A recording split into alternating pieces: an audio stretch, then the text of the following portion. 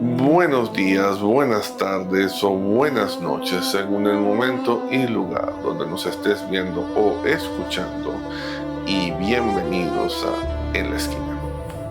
Este es el mes de ovnis. Bueno, no solamente de ovnis, también está el mundial. Lo estoy disfrutando. Pero es mes de ovnis porque todavía aún el tema de conversación está centrado en The Disclosure Day, el día de la anunciación. A mí me gustó la película, pero nuevo.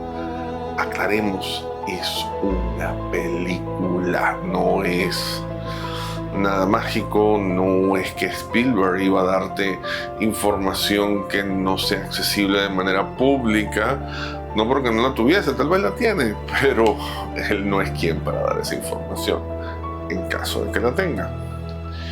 Él no es un periodista, no es un investigador, él es un cineasta que hace excelentes películas, a pesar de que no soy un gran fan de Steven Spielberg.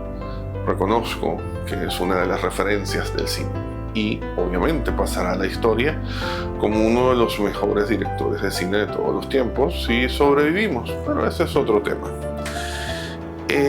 Hoy quiero hablar de dos casos ovnis y una teoría. La teoría de la que voy a hablar se relaciona no tan directamente, pero viniendo de quien viene, deseo comentarla. Entonces, el primer caso que voy a hablar lo conseguí o lo obtuve información gracias a un seguidor. Es un caso real, es un caso ovni real. Lamentablemente estos casos no reciben toda la publicidad que merecen, porque parece que el mundo ovni últimamente se está convirtiendo en una secta. El cristianismo en Occidente está muerto y ese vacío espiritual y o moral parece que está tratando de ser llenado por la cultura ovni y el mundo New Age. Pero bueno, ese no es el tema de este video. Vamos a hablar de este caso. Como les dije, este caso lo conseguí o lo adquirí, tuve conocimiento de él gracias a un seguidor que me lo comentó. Hice investigaciones, el caso es sumamente interesante y vamos a ver por qué. El caso se llama el caso Cundinamarca o Incidente Bermúdez y le ocurre a Sergio Bermúdez y su familia. Ocurre el 4 de julio de 1969 en horas de la tarde. Ya vamos a estar cerca de la fecha, cerca de las 6 y 7 de la noche. Ahora, ¿cuál es el incidente del caso? Bueno, resulta de que en Cundinamarca, en un lote de tierra que es de su propiedad, estaba pasando con la familia, ¿ok? A eso de las 6, entre 6 y 7 de la noche, según los testigos, porque esto es lo maravilloso del caso, tienen muchos testigos. Ellos observan aproximadamente a lo que algunos testigos establecen como 12 metros de altura, otros sobre los árboles, un objeto brillante como alargado, parecía a veces de forma de cigarrillo, pero el juego de luces, según los testigos, no hacía fácil determinar su forma. El señor Arcesio Bermúdez, por curiosidad y me imagino por un tema de pertenencia hasta en sus tierras, que es eso, decide aproximarse. En este caso, el señor Bermúdez atestigua que siente que un campo de fuerza le impide acercarse, trata de avanzar, pero no puede, y los testigos aseguran ver que él está como contenido, como retenido por algo, pero no se puede ver. Imagínense un mimo que está haciendo la fuerza. Bueno, no tan gracioso. Repentinamente siente que lo empujan, se aleja. Algunos testigos dicen que se aleja más de lo que él dice y el aparato empieza a agarrar altitud y se va. Él lo describe pequeño, ya que él es el que más se acerca, lo describe como del tamaño de un carro de la época, 1969. Los carros de la época no son tan pequeños, pero definitivamente mucho más pequeños que una aeronave o que un helicóptero, a pesar de que los helicópteros en esa época no eran tan comunes y además el helicóptero hace ruido, esto no lo hacía. No describen sonidos de motor, no describen sonidos de nada. Ahora, muy bien, el caso hasta aquí es sumamente interesante. Y si terminara aquí con la cantidad de testigos de primera mano que tenemos, sería uno de los casos más interesantes de la ufología suramericana. Pero el caso no termina aquí. Y esto, lo que viene, es lo preocupante del caso. Hay diferentes versiones.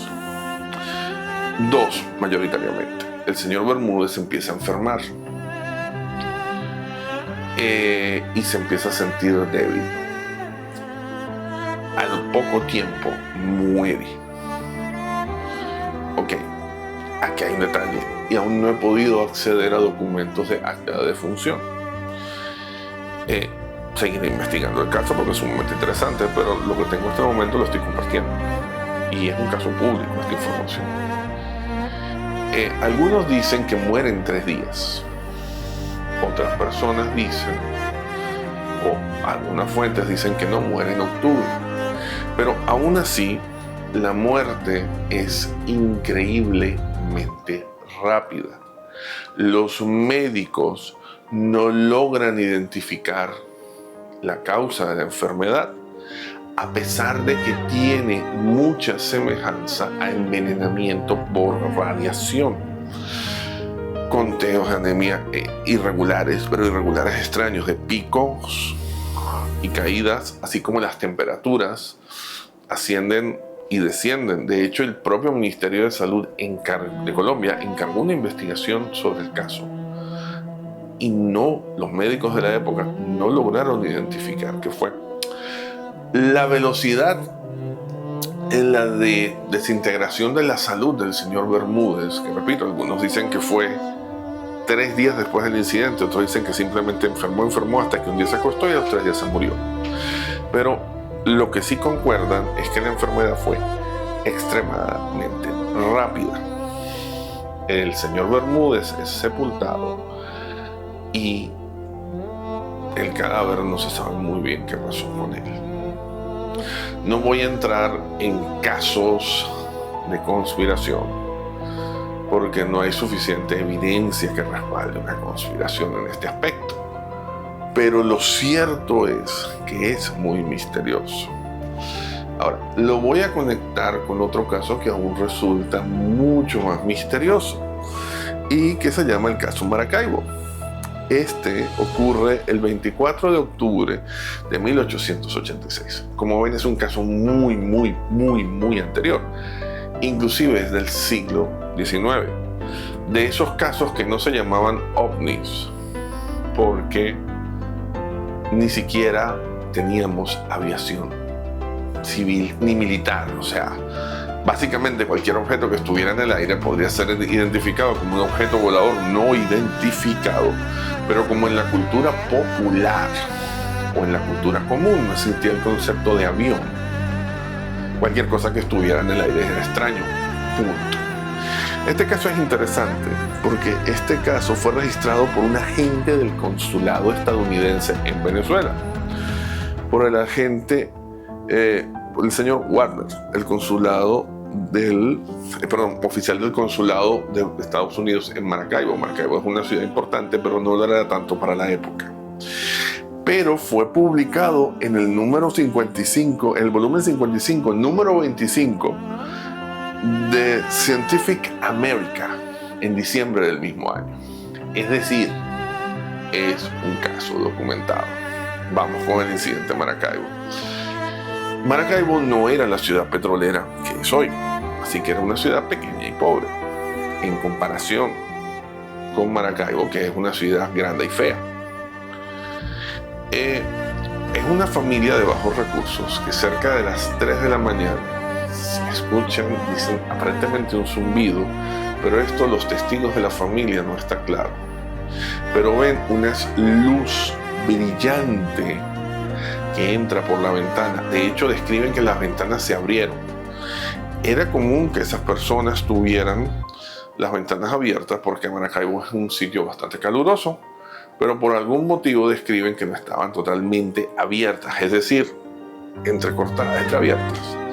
las ventanas se abren y entra una luz penetrante. Ellos lo que deciden es ponerse a rezar porque están entendiendo que son señales del fin del mundo y que empezó el apocalipsis.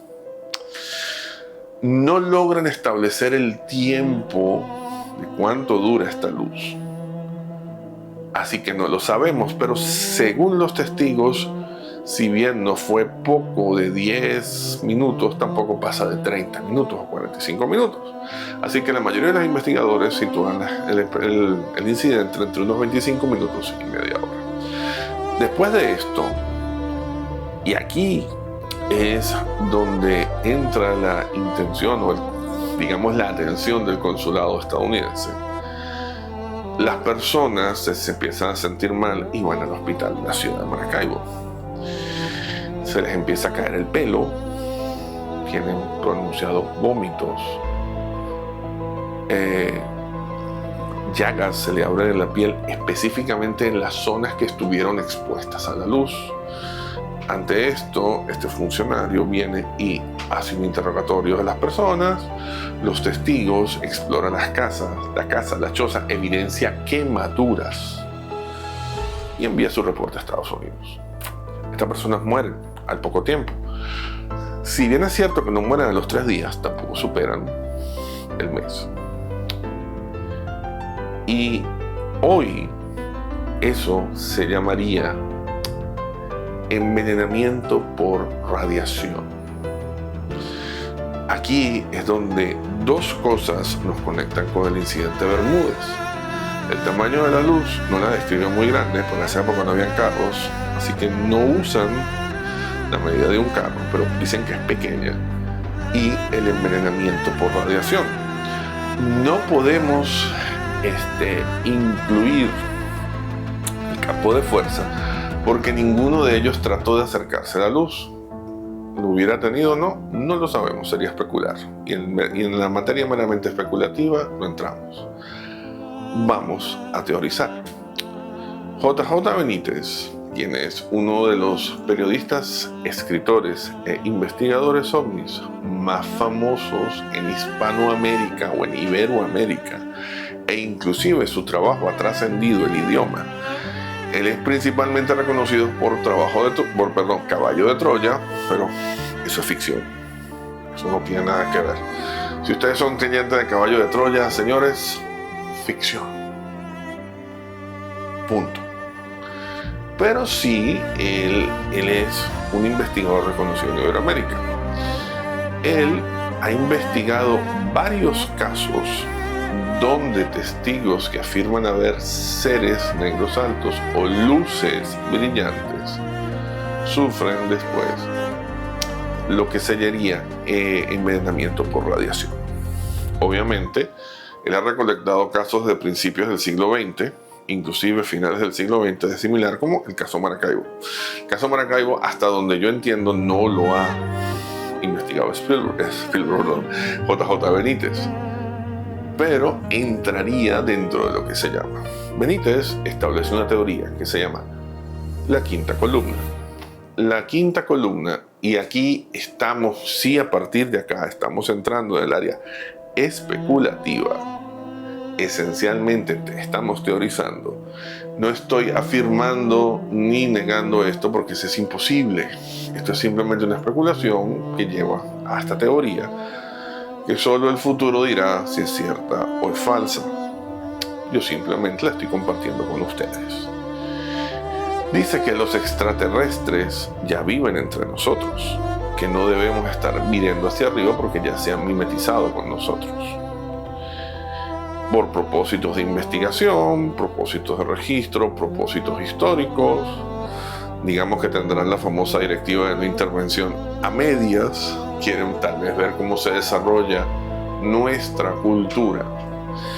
Y obviamente estos extraterrestres necesitan medios logísticos para moverse. Por eso es que estas naves que se ven son pequeñas, prácticamente imposibles de trasladarse de un planeta a otro, mucho menos un viaje fuera del sistema solar, pero suficientes para realizar sus operativos acá. Según JJ Benítez, estos extraterrestres de cuando en cuando intervendrían para proteger a los humanos. ¿Quién sabe?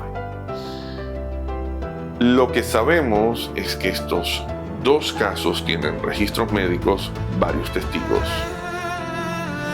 Y si bien es cierto, en el caso Maracaibo no podemos confirmar las luces porque no hay foto ni evidencia de las mismas, al igual que en el caso Bermúdez no hay fotos ni evidencia de dichas luces, sí existen las quemaduras y las muertes de los involucrados. Con esto me despido por hoy. Saquen sus conclusiones, comenten, ¿qué creen ustedes que fue estas quemaduras? ¿Están de acuerdo con JJ Benítez y su quinta columna? ¿O esto es algo más? No se olviden que pronto estaremos cerrando nuestro especial del Imperio Romano Germánico. Y esto es En la Esquina. Muchas gracias por vernos.